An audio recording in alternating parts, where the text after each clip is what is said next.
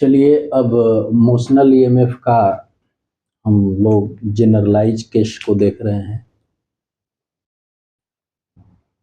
अभी तक तो हम लोग वेक्टर बी, वेक्टर वी और वेक्टर एल ये म्यूचुअली परपेंडिकुलर था। तो अब मान लीजिए कि परपेंडिकुलर नहीं हो, जैसे मैग्नेटिक फील्ड और जो कंडक्टिव रड की वेलोसिटी है ये परपेंडिकुलर नहीं हो, लेंथ भी परपेंडिकुलर नहीं हो, तो हम लोग इसको कैसे निकालेंगे?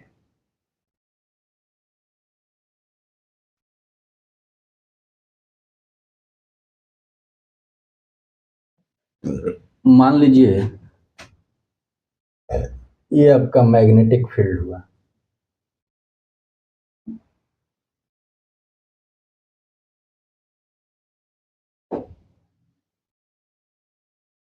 और रड जो है कंडक्टिव रड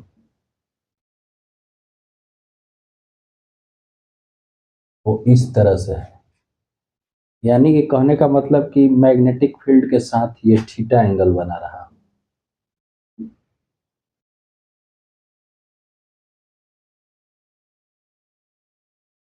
ठीक है, और जो रड का वेलोसिटी है वो इस तरह हो।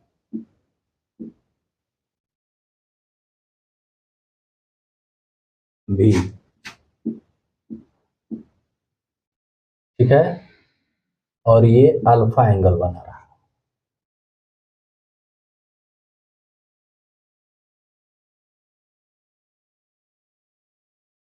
तो इस स्थिति में क्या होगा?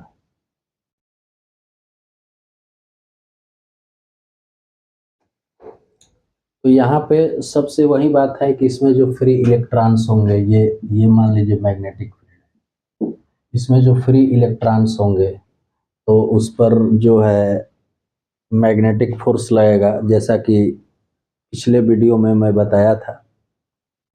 तो मैग्नेटिक फोर्स क्या होगा, नीचे की ओर लगेगा, और जो इलेक्ट्रोस्टैटिक फोर्स है वो ऊपर की ओर लगेगा। इलेक्ट्रॉन जो है वो नीचे एक्युमुलेट होना शुरू करेंगे, तो ऊपर ये नीचे निगेटिव चार्ज और ऊपर पॉजिटिव चार्ज होगा, जिसके चलते क्या होगा, इलेक्ट्रिक फील्ड होगा। तो इलेक्ट्रिक फील्ड का डायरेक्शन क्या होगा, प्लस से माइनस की ओर होगा। अब चूंकि इलेक्ट्रॉन है तो इलेक्ट्रॉन क्या है, निगेटिव है, तो इलेक्ट्रोस्टैटिक फोर्स जो होगा वो क्या होगा, ऊपर की ओर हो जाएगा। एक ऐसी स्थिति आएगी कि मैग्नेटिक फोर्स इलेक्ट्रोस्टैटिक फोर्स के बराबर हो जाएगी, तो उस स्थिति में स्टेडी स्टेट हो जाएगा और ये इक्विलिब्रियम में इलेक्ट्रॉन आ जाएंगे, जिसको हम लोग स्टेडी स्टेट कहेंगे। तो उस स्थिति में हम लिखेंगे F M equal to F. ऐसी बातें मैंने मोशनल ईएमएफ के पिछले वीडियो में बताया है। कहने का मतलब कि अगर इसको हम वेक्टर फॉर्म में लिखना चाहें, ठीक है, तो मैग्नेटिक फोर्स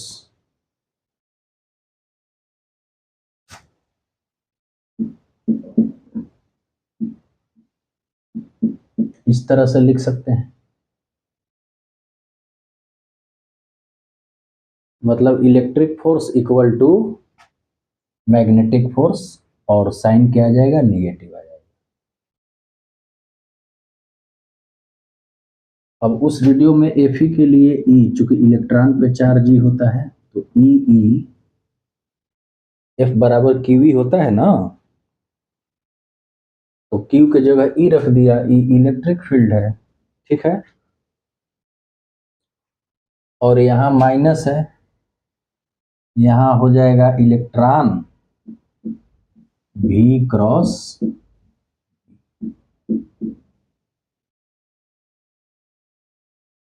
क्योंकि मैं बताया था कि जैसे मान लीजिए आप लोग को याद होगा पिछले वीडियो में Q into B cross B, ये क्या है?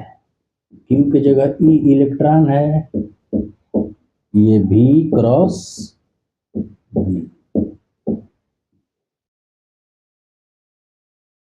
ये मैग्नेटिक फोर्स है जो कि चार्ज पार्टिकल पर लगता है अगर वो मैग्नेटिक फील्ड में है तो उसका ये हो गया। यहां तक तो बातें समझ में आ रही है। तो मान लीजिए कि यहाँ ऐसे लगा दीजिए, वेक्टर की बात है तो लगा दीजिए ई पर भी, ठीक है। अब देखिए ये ई से ई कैंसिल हो गया, तो ये हमें मिला माइनस v क्रॉस बी, ठीक है। एक जनरलाइज फार्मूला ले रहा हूं कि जब ये परपेंडिकुलर नहीं है, मान लीजिए कि ये रड जो है वो मैग्नेटिक फील्ड के परपेंडिकुलर नहीं है, इसकी वेलोसिटी जो है वो मैग्नेटिक फील्ड के परपेंडिकुलर नहीं है, मतलब म्यूचुअली परपेंडिकुलर ना हो तो जनरल केस में तो ये हो गया v क्रॉस b। तो इसी को हम लोग क्या कहेंगे, ये फाइनल स्टेडी स्टेट है।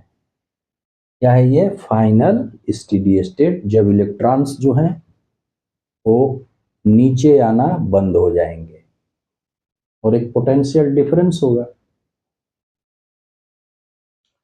तो जो पोटेंशियल डिफरेंस होगा उसका फॉर्मूला dv इक्वल टू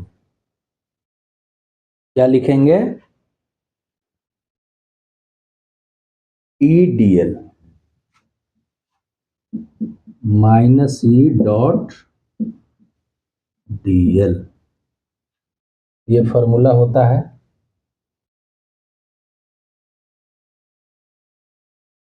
तो अगर इसके जगह माइनस, ये पहले से है और ये माइनस ई, अगर ई का मान इतना रखेंगे तो माइनस माइनस क्या हो जाएगा? प्लस। तो हमें मिलेगा v cross B dot D L, ये dv बराबर,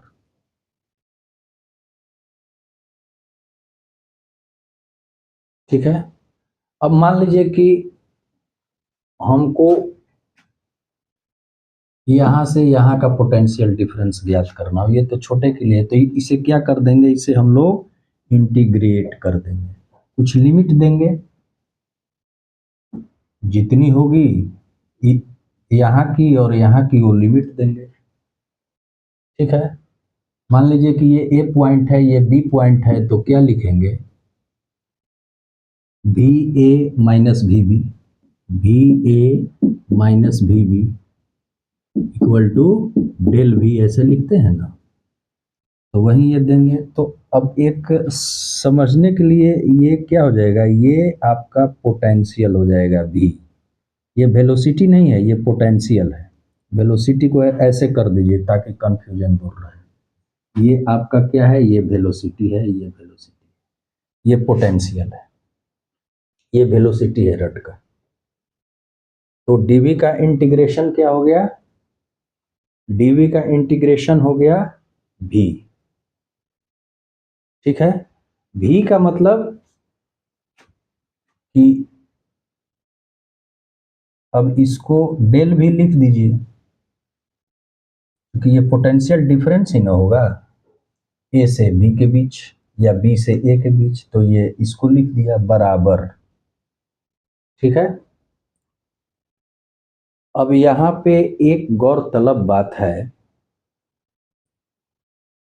कि भी और बी, भी क्रॉस बी, भी क्रॉस बी को एज ए ट्रीट कांस्टेंट की तरह, क्योंकि वेलोसिटी है और ये मैग्नेटिक फील्ड है, तो ये कांस्टेंट की तरह हम लोग ट्रीट करेंगे। तो ये आपका भी क्रॉस बी जो है इससे बाहर निकल जाएगा और इंटीग्रेशन होगा डीएल का, ठीक है। इंटीग्रेशन किसका होगा? डीएल का होगा। अच्छा, यहाँ डॉट लगाए हैं तो यहाँ भी डॉट रहा और यहाँ भी डॉट रहेगा, इसको आप ऐसे कर दीजिए, B cross B dot integration DL. अब थोड़ा सा जगह नहीं है तो मैं इसको यहाँ लिख देता हूँ। तो हमें मिला potential difference equal to B cross B. अब डीएल का इंटीग्रेशन क्या हो जाएगा? अच्छा, डीएल पर भी वेक्टर लगा दीजिए, कि वेक्टर लगाना भूल गए। देखिए डीएल पे वेक्टर है ना, ये भी लेंथ वेक्टर है, तो डीएल का क्या हो जाएगा? Dot L vector. यही रियल फॉर्मूला है इमोशनल ईएमएफ का, ये इमोशनल कर रहे हैं, मोशनल ईएमएफ का, ठीक है। तो इसको हम लोग इस डेल वी को अब ईएमएफ के रूप में लिखेंगे, E equal to B cross B dot L.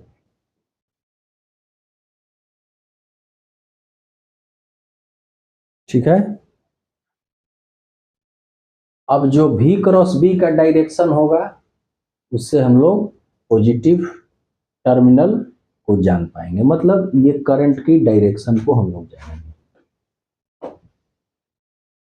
और ये हर केस में चलेगा, अगर परपेंडिकुलर हो तो, नहीं परपेंडिकुलर हो तीनों तो, दो पैरेलल हो तो, ठीक है। तो अब इनके कुछ केसेज पर भी विचार कर लेंगे। क्या आता है, मान लीजिए तीनों परपेंडिकुलर हो तो क्या वीवीएल आता है, जैसे हम लोगों ने पहले निकाला था, उसको भी देख लेंगे। इसको देख लीजिए तो मिटाएंगे।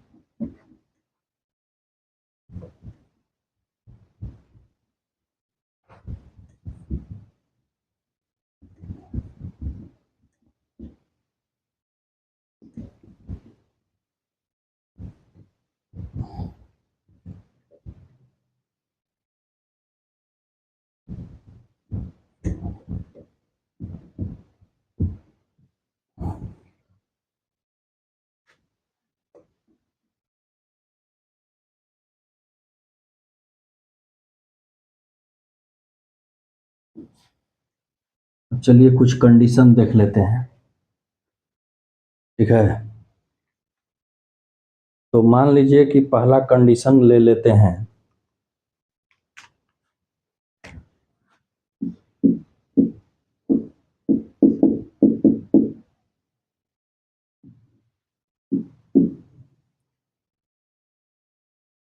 मोशनल ईएमएफ का।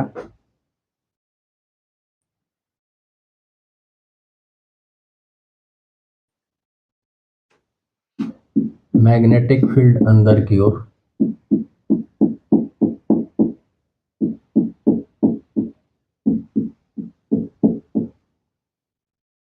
और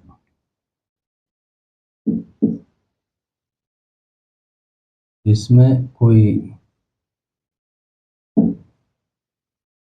ये कंडक्टिव रड है जिसकी वेलोसिटी भी है, ठीक है। और ये रड की जो लंबाई है,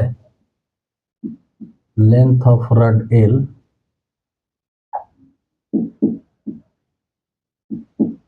रड की लंबाई क्या है? एल।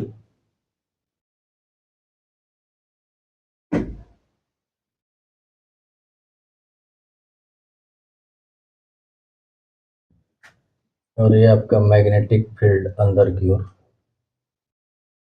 मैग्नेटिक फील्ड है अंदर की ओर, और इस तरह से रड जो है वो जा रहा है। और रड जो है वो क्या है, मैग्नेटिक फील्ड से परपेंडिकुलर है, वेलोसिटी से भी परपेंडिकुलर है। मतलब यहाँ पे जो कंडीशन है वो ये है, B vector perpendicular, B vector perpendicular L vector. तो जो इमोशनल ईएमएफ का फॉर्मूला हम लोग देखे थे वो क्या देखे थे, B cross B dot L, यही देखे थे ना। तो चलिए, बी किधर है, इधर है, और बी किधर है, इधर है, एक दूसरे के परपेंडिकुलर है। तो बी क्रॉस बी के लिए क्या लिखेंगे, बी बी साइन 90 डिग्री का एंगल बन रहा है, ठीक है, B B sine 90 degree dot L, ठीक है। अब देखिए वी बी साइन 90, साइन 90 का मान क्या होता है, साइन 90 का मान 1 होता है। तो इसको क्या लिखेंगे, वी बी साइन 90 का मान 1, तो ये वी बी हो गया। अब वी बी जो है, वी बी वेक्टर का डायरेक्शन क्या होगा, वी क्रॉस बी का जो डायरेक्शन है, तो देखिए वी और बी इधर है, मतलब ऐसे से ऐसे ऊपर की ओर डायरेक्शन हो जाएगा, इसका क्या होगा, ऊपर की ओर, ठीक। और लेंथ वेक्टर हमारा किधर है, लेंथ वेक्टर किधर है, लेंथ वेक्टर भी इसके पैरेलल है। तो इसको क्या लिखेंगे, वी बी डॉट एल को सीधे लिखेंगे V B L cos 0 degree, क्योंकि डॉट प्रोडक्ट है ना। जैसे ए डॉट बी को क्या लिखते हैं, ए बी कॉस थीटा, जो भी एंगल हो, तो यहाँ तो थीटा 0 हो गया। अब कॉस 0 का मान क्या होता है, 1, तो ये हो गया वी बी एल, जैसा कि हम लोग फैराडे लॉ से निकाल चुके हैं या पहले वाले से निकाल चुके हैं कि अगर तीनों एक दूसरे के परपेंडिकुलर हो तो ये जो है बैटरी की तरह काम करेगा, और इसका ईएमएफ जो आएगा वो क्या आएगा, वीवीएल आएगा, ठीक। इस बात को तो समझ गए। अब एक दूसरा केस ले लेते हैं।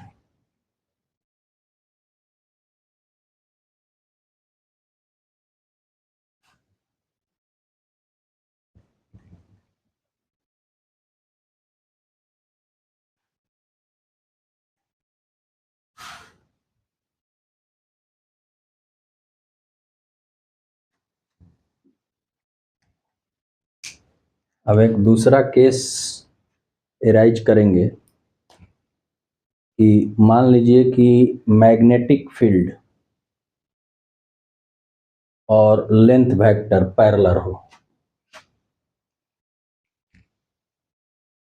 यहां से बना लीजिए, ये आपका मैग्नेटिक फील्ड हो गया, और इसमें ये कंडक्टिव रड हो गया। ये क्या है, पैरेलल है, इसका नाम दे दीजिए एल, इस रड की लंबाई का। तो ये पैरेलल हो, ठीक है, और इसकी वेलोसिटी को इस तरह से कर दीजिए। तो इस स्थिति में अगर मान लीजिए ईएमएफ निकालेंगे तो क्या लिखेंगे, B cross B dot L, जो जनरलाइज फॉर्मूला हम लोग निकाले हैं। तो देखिए वेलोसिटी वेक्टर को देखिए और मैग्नेटिक फील्ड को देखिए। मैग्नेटिक फील्ड ऐसे है, और वेलोसिटी वेक्टर ऊपर की ओर है। तो वेलोसिटी वेक्टर और मैग्नेटिक फील्ड के बीच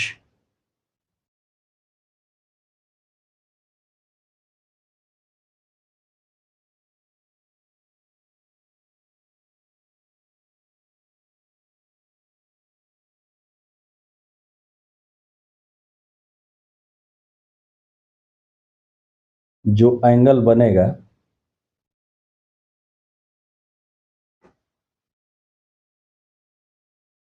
भी ऊपर की ओर मैग्नेटिक फील्ड और ये लेंथ वेक्टर पैरेलल है, तो ईएमएफ का फॉर्मूला क्या होगा, V cross B dot L। ठीक है, अब V क्रॉस B इसको देखेंगे तो अब ये V किधर है,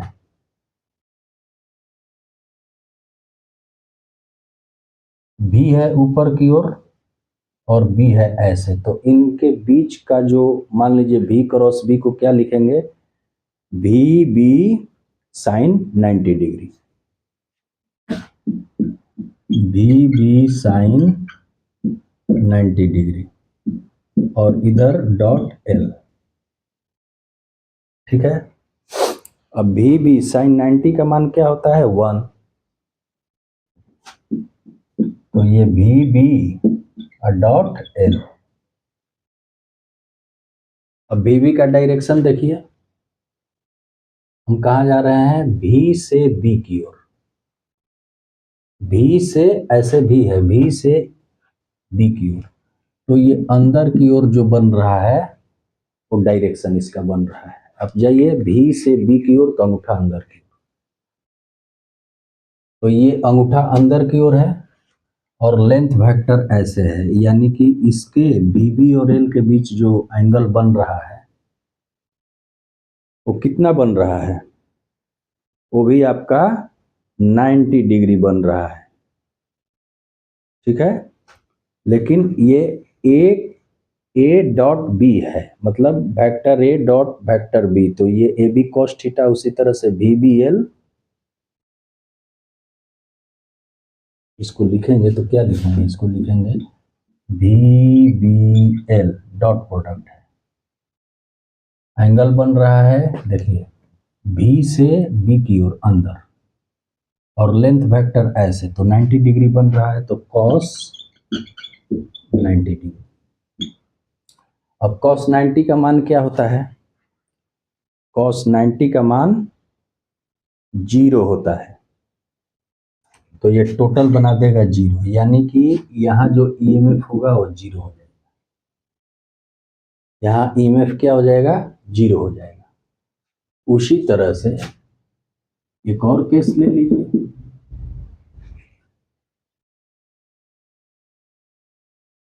मान लीजिए कि मैग्नेटिक फील्ड इस तरह से हो,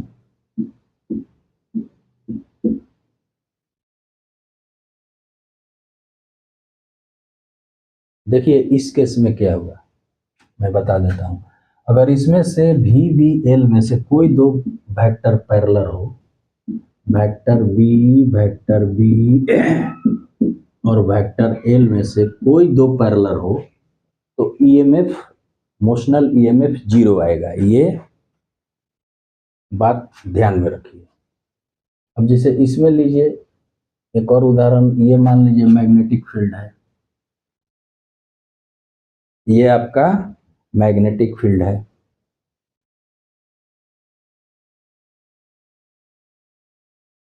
और अबरी बार रड को, कंडक्टिव रड को ऐसे रख दीजिए और वेलोसिटी को ऐसे रख दीजिए, तो यहाँ क्या है, यहाँ है vector B parallel vector B.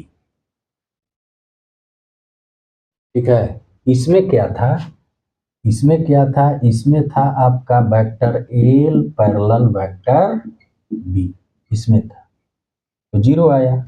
इसमें vector B parallel vector B है, अब ये जो है लेंथ एल ले लीजिए, तो इसका भी आप निकाल लीजिए ईएमएफ क्या आएगा,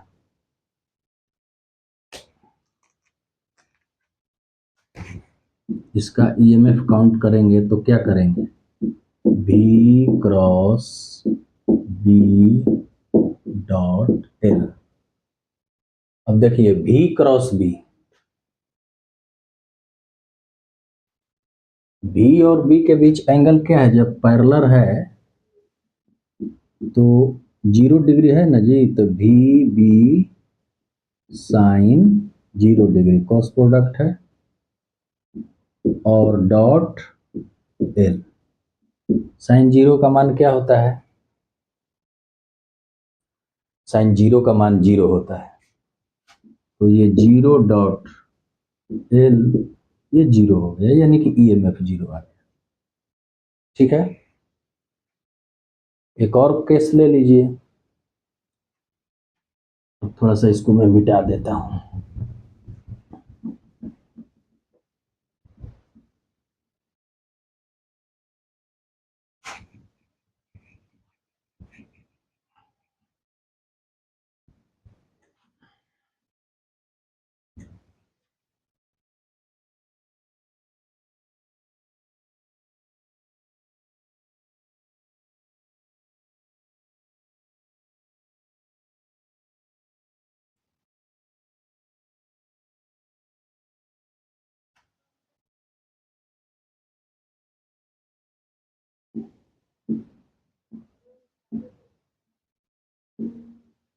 ये आपका मैग्नेटिक फील्ड हुआ,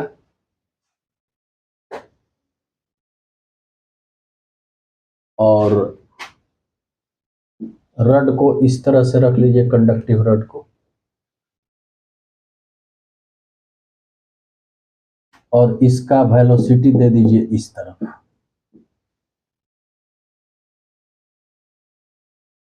और इसकी जो लंबाई है रड की वो एल। तो इमोशनल ये मोशनल ईएमएफ का फॉर्मूला होगा भी क्रॉस बी डॉट एल। तो इस केस में हम लोग क्या देखते हैं, इस केस में देख रहे हैं कि ये जो वेलोसिटी वेक्टर है पैरेलल है लेंथ वेक्टर का। मैंने क्या कहा कि कोई भी दो वेक्टर वीवीएल में से पैरेलल हो तो जो मोशनल ईएमएफ होगा वो 0 होगा। देखिए कैसे हो रहा है, भी क्रॉस बी, आपका भी है, भी ऐसे है और बी ऐसे है, तो इसके बीच 90 डिग्री एंगल बना, तो इसे सीधे लिखेंगे हम V B sine 90 degree dot L. अब साइन 90 का वैल्यू 1, तो इसको लिखेंगे वी बी डॉट एल। ठीक है, अब भी क्रॉस बी का डायरेक्शन देखिए, भी क्रॉस बी यानी कि अंदर की ओर, ये अंदर की ओर डायरेक्शन हो गया। मैं यहाँ इंगित कर देता हूं भी क्रॉस बी, अंदर की ओर डायरेक्शन है, देख लीजिए भी क्रॉस बी अंगूठा अंदर की, तो ये अंदर की ओर है। ठीक है, अब ये लेंथ वेक्टर की बात है, तो ये अंदर की ओर है, और लेंथ वेक्टर को आप ऊपर ले लीजिए या नीचे ले लीजिए, कोई एक ले लीजिए ऐसे परपेंडिकुलर, तो इसका मान क्या हो जाएगा, भी बी एल कॉस 90 डिग्री। ठीक, अब कॉस 90 का मान क्या होता है, 0, तो ये आपका टोटल 0 होगा, यानी कि ईएमएफ इक्वल टू 0। तो यहाँ पर हमने क्या देखा, हम लोगों ने देखा कि बी बी एल में से कोई दो अगर आपस में पैरेलल हो तो ईएमएफ 0 होगा। और जो जेनरलाइज ईएमएफ का जो हम लोगों ने फार्मूला देखा, वो देखा यही देखा कि भी क्रॉस बी डॉट एल।